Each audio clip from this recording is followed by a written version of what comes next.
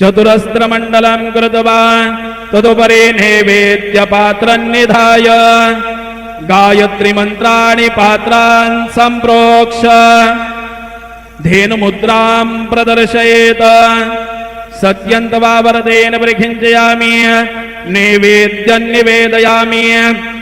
ओम प्राणाय स्वाहा ओम अपानाय स्वाहा ओम व्यानाय स्वाहा ओम उदानाय स्वाहा ओम समानाय स्वाहा ओम ब्रह्मणे नमः।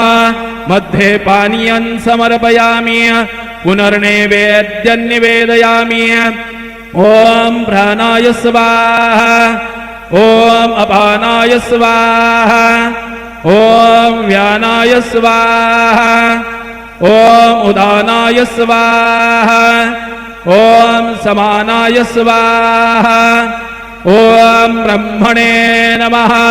नैवेद्यं समर्पयामि हस्त प्रक्षालनं समर्पयामि मुख प्रक्षालनं समर्पयामि चरणकमले प्रार्थना पूर्वक नमस्कारं करोमि।